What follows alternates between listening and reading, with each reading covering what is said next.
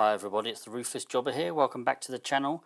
This is episode 41 of A Broken Heart. It's WCW and it's time for the pay-per-view Road Wild. It's August the 30th, 1998. We kick off with a couple of pre-show matches. Just a couple of guys I didn't really manage to get on the main card. Diamond Dallas Page teams up with Goldberg to take on Wright and Dandy. Didn't really expect anything from this. Didn't need to get anything from this. We got a wrestling rating of 54, crowd 52, and the segment overall got a 66. And then we saw Eddie Guerrero take on Rex King. That's actually a really decent score. Rex King is unimportant. His contract is up. I probably won't be renewing it. But yeah, I'm actually quite pleased with that. Wrestling rating of 61, crowd 54, and 71 overall. So hopefully the crowd are a little bit pumped from that. Let's head into the main show, and we broadcast a opening hype video. That's a poor rating. The amount of star power in that, and we get a 67. Okay, well, it's what it is. It's the opening hype video featuring sort of all our main guys. The show opener is Psychotic taking on Rick Steiner and Sting. Sting is currently in a feud with the Latino World Order, of which Psychotic are members. He teams up with Rick Steiner here to take on two of those guys. So it's a decent match, and Psychotic got the win against Rick Steiner and Sting in 9 minutes 12 when Psychosis pinned Rick Steiner with a handful of tights. During the match we also had La Parka run in and attack Sting. Eddie Guerrero also came in to distract Rick Steiner. So two separate kind of distractions, interferences to help Psychotic get the win there. Hopefully they're going to get a lot of pop from that. I'm hoping it doesn't affect Sting too much. I'm surprised he allowed that, actually. Sting didn't say a word. He didn't say I'm unhappy with the booking or anything. So yeah, pleased with how this turned out. 62 wrestling rating, 51 for the crowd, and 70 overall. Sting carried the match. He got a 79. Roddy Piper cut a pre-match promo against Buff Bagwell, rating of 65. The match, it gets a 52. I wasn't expecting much, but 60 might have been nice. But a bout that had great heat and decent wrestling, Buff Bagwell defeated Roddy Piper in 14 minutes 15 by pinfall using underhanded tactics. Okay, well, Gorilla Monsoon and Mike Tenay have pretty good chemistry when calling matches together. Well, that's good news. We wanted to give Buff Bagwell a decent win. It's not the most spectacular of wins, but Roddy Piper's still, decent talent to beat. Roddy Piper wasn't happy with the booking either. Had to keep him strong. I might have had to protect him as well. I can't remember. 56 wrestling, 64 crowd, 52 overall. Goldberg is interviewed by Gene Okerlund, just cutting a self-promo. Again, nothing more to be said about this one. Just trying to get sort of match angle. It's just the way it works out. Sometimes you just have to kind of think of something to slot in. You look at who you haven't used and you just stick in a self-promo or a taped video. Rating of 77 though, not too bad. The Faces of Fear defend the tag team titles against Stevie Ray and Rey Mysterio Jr. I kind of named them Ray and Ray, but they're not going to be a permanent tag team. In a decent match, the Faces of Fear defeated Stevie Ray and Rey Mysterio Jr. in 10 minutes 23 when Meng pinned Stevie Ray with a double big boot after Jimmy Hart interfered. So the Faces of Fear make defense number 4 of the tag team titles. Stevie Ray was the weak link. I probably kind of expected that. Wrestling rating 57, crowd 48, overall 67. Yeah, nothing spectacular. I need to take Jimmy Hart off of the Barbarian. I keep forgetting. I'm sure I took him off of Meng. If he was Meng's manager, I think I remember to do that. I definitely took him off someone. Yeah, must remember to take him off of the Barbarian. Lex Luger then cuts a pre-match promo, as he is ready to take on Dean Malenko. I've put Kurt Hennig here because they're a permanent tag team now, but Hennig is just kind of a background player. In this particular angle, it's Lex Luger doing all the work, 68 overall. Let's go to the match. That's a really good score. In a bout that had great heat and decent wrestling, Lex Luger defeated Dean Malenko in 13 minutes 6 seconds by pinfall with a running forearm smash. This was our storytelling match. Yeah, I'm pleased with that. Wrestling 64, crowd 64, and the segment of 75. Yeah, definitely. Dean Malenko does have a slight injury, so goodness knows what we could have got if he was fully fit. Yeah, pleased with that one. Just to give Lex Luger a match on a pay-per-view, give him a win, keep his momentum up there. Diamond Dallas Page is interviewed by Gene Okerlund, and he talks about Chris Jericho's match against Six. He just says, I'm not going to interfere in the match. It's not my business. I want Jericho. I have nothing against Six. Let's see if Six can prove himself against a talent like Chris Jericho. I'm not interested in interfering. You know, DDP's giving the face promo here. So that's all there is to this, really. 68 rating overall. Six-man tag team action. We have Norman Smiley and Arn Anderson and Bobby Eaton taking on Kurt Hennig and Royalty. And you probably guessed it, Royalty and Kurt Hennig get the victory in 10 minutes 7 when Steven Regal forced Bobby Eaton to submit with a Regal stretch. Kurt Hennig carried the match in terms of in-ring performance. Yeah, getting an 86. Really good. Yeah, when I say you probably guessed it, every time Royalty are involved in a match, we're giving Steven Regal the win. Desperate to try and get him over. He just won't nudge, though. He just will not nudge. 64 wrestling rating, 55 crowd, 79 for the segment. I think I'm just going to have to try and put him over someone really big. I'm just going to have to really go for all or nothing, basically. Booker T and Sid Vicious both cut pre-match promos for the US title as they will be facing off of each other. Booker T and Sid Vicious both sort of mention Raven. You know, we know Raven's waiting in the wings to get a title challenge against whoever wins tonight. Yeah, just to sort of keep that storyline going as well, really, between Booker T and Raven. The only green there was Booker T using subtle mannerisms to hint at a future heel turn. We've probably been stringing that out a little bit too much. I probably need to do something about that pretty soon, actually. Rating of 57 for these two interviews. And the title match gets a 63. Yeah, not great. 64 for the wrestling, 74 for the crowd, but 64 overall. It does say fantastic heat, decent wrestling. Booker T defeated Sid Vicious in 13 minutes 19 by pinfall with a fast roll-up. Booker T makes defense number 4 of the WCW United States Heavyweight title. Creative finish was a success. All good stuff. Yeah, nothing special from this one though, really. Gene Okerlund introduces WCW's new commissioner, and out steps Randy Savage. It just kind of came to me a couple of days ago, probably when I was recording the last episode, actually, about giving Savage something else to do. He's still, talk the talk. He's still one of our best guys on the mic. He's still an in-ring general. He's still, I can't remember what the other one is now. One of the other in-ring segments on the creative page. You know, we've got to be using him. We're probably not going to be using him in the ring much anymore, but there's still scope there for him to have the odd match. But yeah, we're going to use him. We're going to use those talking skills. We're going to use him to get other people over. He's not going to be an interviewer so much like Gene Okerlund, but he's going to be quite central to the booking of each show. Let's put it that way. He's a face, but he's going to be fair. Rating is 75 for this one, and we had an angle idea that was a success. The Dudley Boys take on Mortis and Wrath. Oh my god, 31, that is really bad. We did get a warning to say that this match has been sort of overused recently, but I couldn't not do it because it's kind of been advertised. But yeah, we've got to introduce some new tag teams and get some more teams over. So the Dudley Boys got the win though in 12 minutes 20 when Wrath was disqualified while fighting Bubba Ray Dudley. Mortis carried the match. Well, interesting that Mortis would carry the match there, but okay.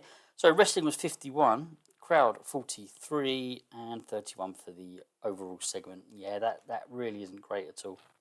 And yeah, we had Devon Dudley sustaining an injury there.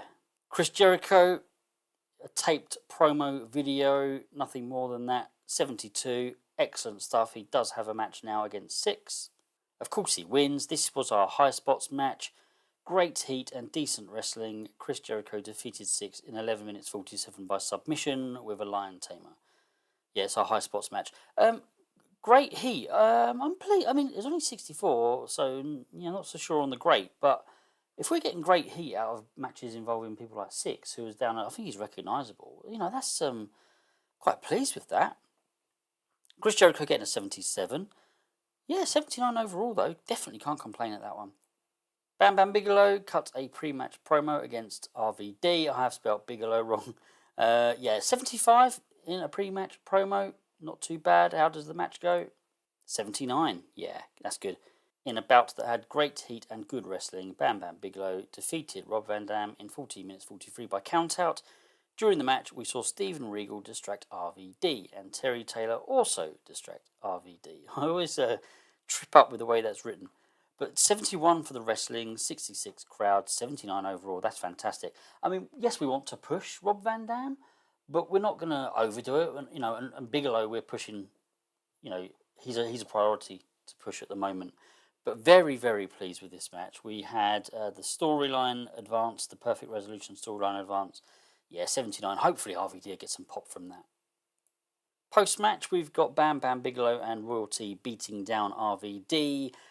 Goldberg decides to come in, completely clears the ring. And then in part 3, we had him, he helps RVD to his feet as Bigelow and Royalty retreat. I just wanted to add a little bit more to that storyline. It has gained heat. Oh, no, sorry, the streak gained heat. Okay, well, that's one. Getting a 56 and gaining heat, wow. So, yeah, we had a Terry Taylor angle idea fail, which probably didn't help the rating. But no, that's okay. Yeah, this was just to sort of advance that storyline. I mean, we're not doing anything particularly with Goldberg and Rob Van Dam, but yeah, we just wanted to get we just wanted to get Goldberg in there. He's currently feuding with Bam Bam, so it just kind of made sense to put him there, really.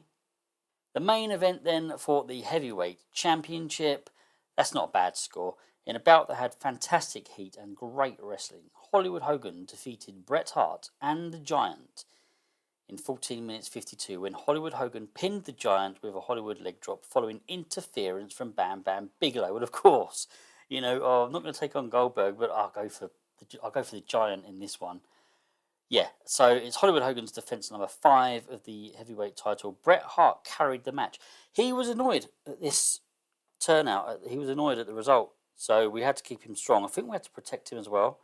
I can't remember. There was at least one of those matches I mentioned earlier. One was both, and the other one was only one. But I think that probably means that Bret Hart is of enough pop now to go over Hogan. Obviously, there's history there in real life with Hogan or Bret Hart believing that Hogan held him back. So we're going to kind of see what we're going to do with that. The two are still feuding at the moment.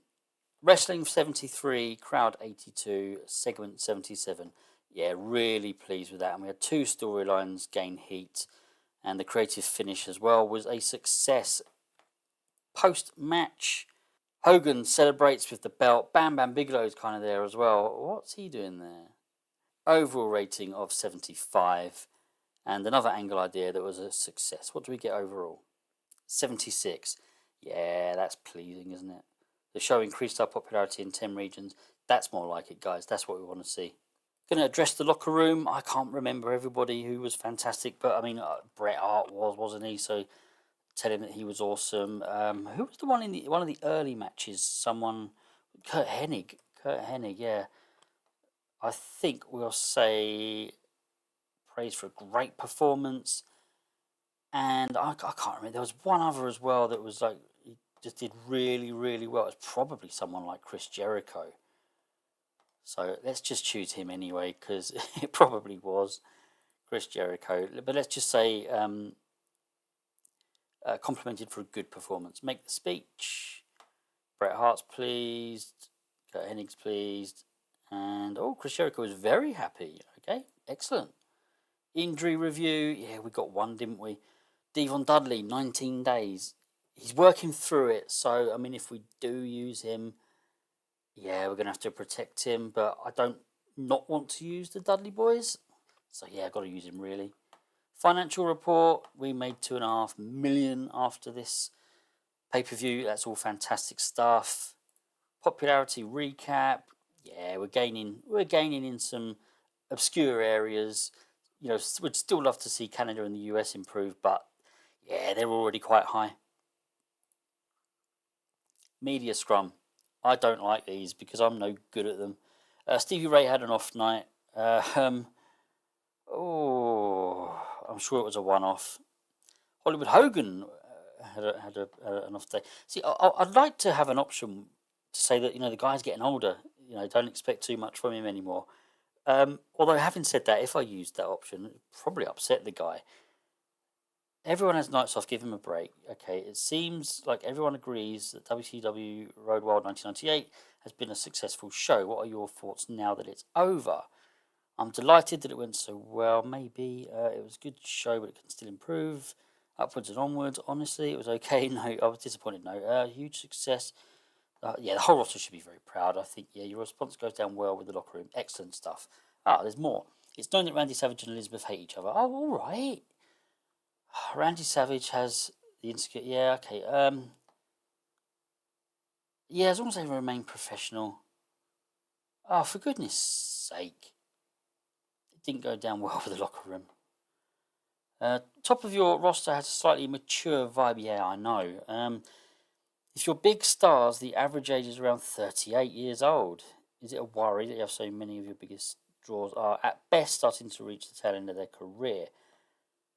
New stars will always be created. That's the nature of the business. Is that going to go down well with people? Oh, okay, all right. You have two workers, Ruff and James Vanderberg, who really don't like each other. Are you planning to address? Oh, for goodness sake, sit down. Lifted the rocker loom. I always say that. The locker room, and improved their relationship. Actually, okay. Media scrum's been completed. Thank goodness for that. Let's check out some stuff then. Road Wild. That's not great viewing. That's not great viewership, is it? Really? I know we're medium. Okay.